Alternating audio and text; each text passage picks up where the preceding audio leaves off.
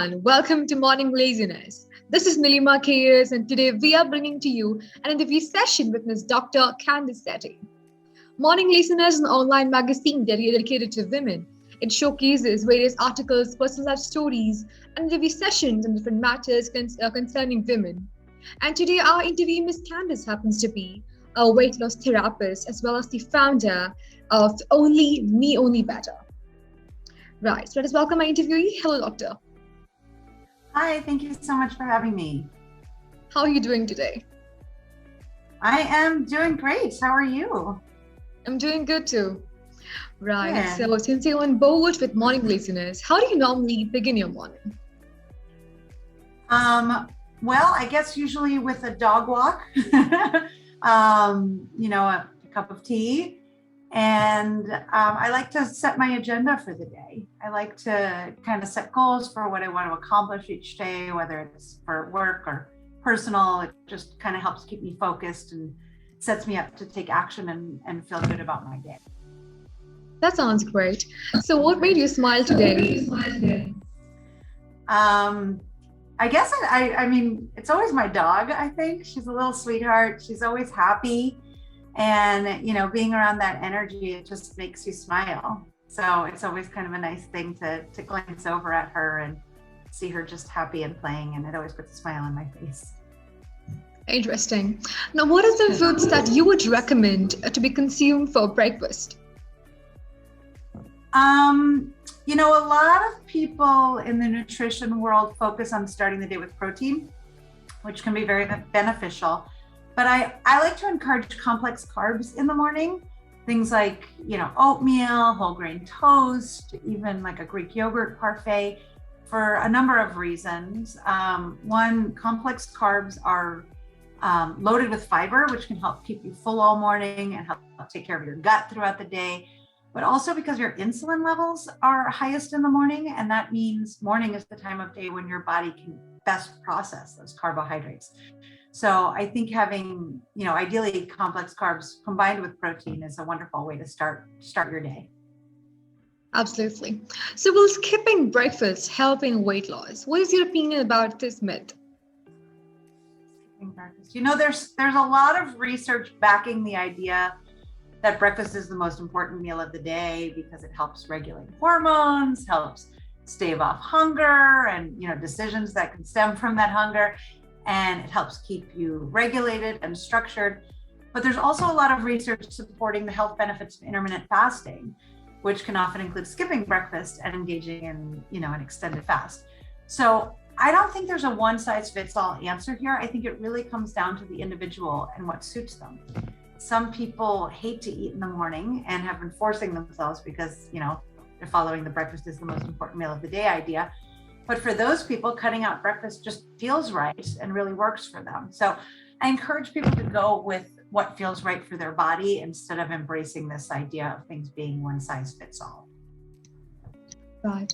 Now tell us about Me Only Better. What exactly is this platform all about? Me Only Better is just the name of my private practice, where I work with individuals one-on-one to help identify and work through cognitive, behavioral, and lifestyle changes to create a healthier relationship with food and basically a healthier outlook overall. So I provide all my services one-on-one online via video. And I also have two fantastic interns that work with me to provide the same services at a reduced fee. That's great. Well, so what exactly motivated you to take this particular career path of being a weight loss therapist? Honestly, it was really fueled by my own disordered eating and my own struggles with weight loss and diet dependence. And through my process of overcoming that, I realized I wanted to help others accomplish the same thing in the same way. And so I felt like I had unique insight having gone through it myself and overcome it. Right. Now, how do you hope to guide a woman in her late 30s about weight loss? What are some essential guidelines you would perhaps like to recommend? Well, again, I don't believe in anything one size fits all, but I would first want to help her identify her obstacles, her roadblocks, where her thinking may be standing in her way, how she may be self-sabotaging, how her behavioral patterns may be setting her up for failure or for chronic yo-yoing. And once we've been able to identify those issues, the next step is creating sustainable change around those roadblocks. So, change that is usually small, but very impactful. And that could include things like developing mindful eating skills. It could be creating more structure. It could be changing behaviors at certain times of day, but really it's specific to the individual and where their roadblocks may be. Right. Now, talking about yo-yo, share with us a mini synopsis of the book, Shatter the Yoyo. My book, Shatter the Yoyo, the subtitle, it's called The Definitive Guide to Losing Weight and Gaining Self-Control While Ending Your Dependence on Diet. So that's really what it is. It's a step-by-step guidebook to help people identify their motivation, to reassess their behavior, and to learn how to manage their weight without dieting anymore. And it just kind of guides them through that whole process. Right. Now, doctor, how important do you think is sleep during weight loss?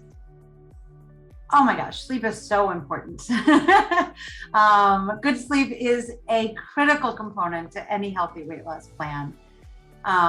So much so that I actually became a certified insomnia treatment clinician because it was so important in the work that I was doing with my clients.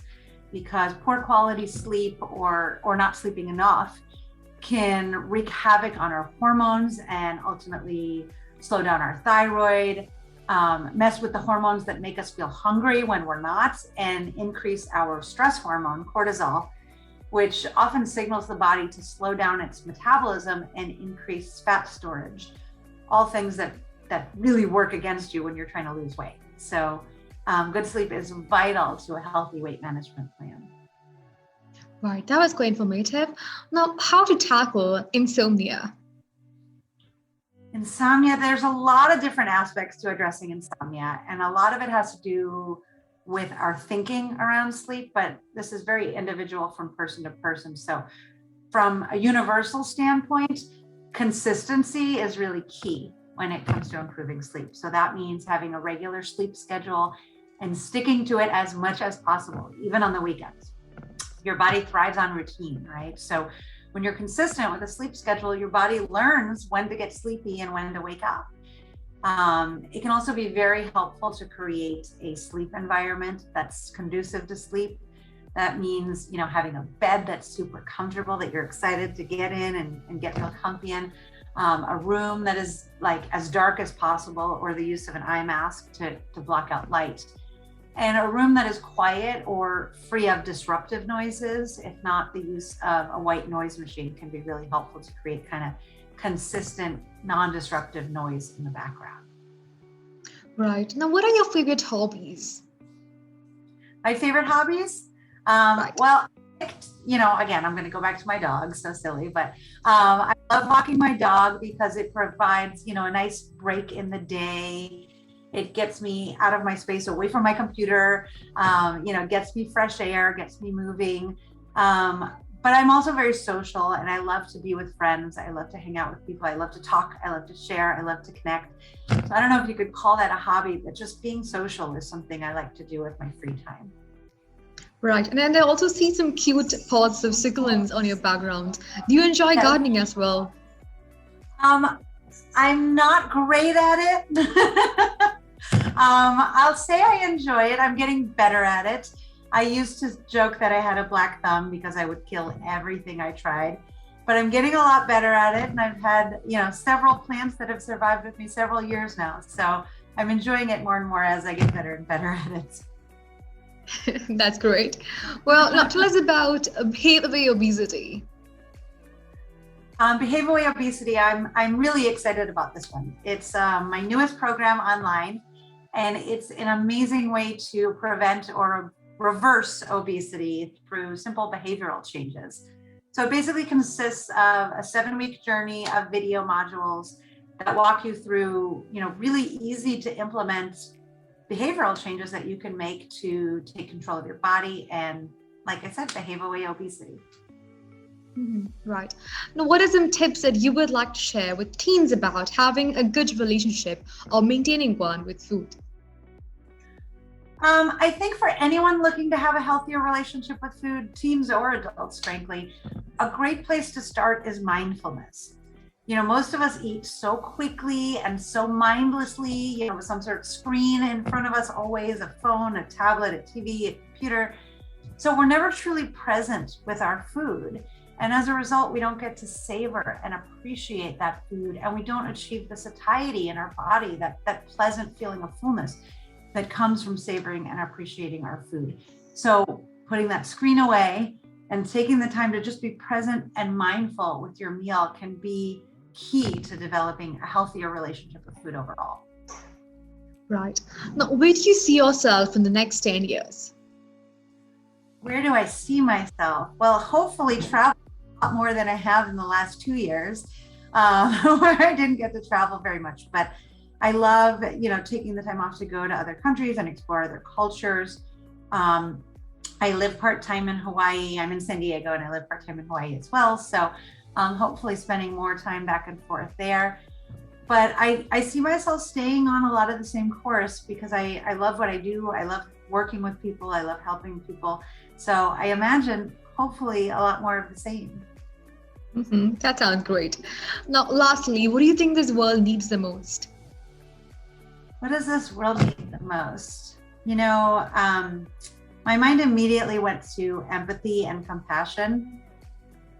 We are often, individually and as a society, so quick to judgment, and we don't allow ourselves the opportunity to see things through other people's eyes and understand that their struggles may be different than ours. And I think if we allowed just a little more space for compassion and stepped away from our quick judgments, we could create so much more space for people to share and connect and even, feel safe to work on themselves without fear of judgment from others. So I think empathy and compassion are probably critical. I mean, I'm sure the list is long of things we need, but that's kind of what jumped into my head. Right, and that's very true. There's a saying that each and every person you meet has got different story to say, and before you judge them or jump into a collision, you need to be patiently understand what that person is going through and try to see things standing in their shoes. So on that beautiful I wish note, everybody did that. right, that's so true. And so on that beautiful note, we have come to the end of this interview session. Thank you so much for joining us today, Doctor. I had a great time talking to you, and thank you, audience. Thank you so much for having me.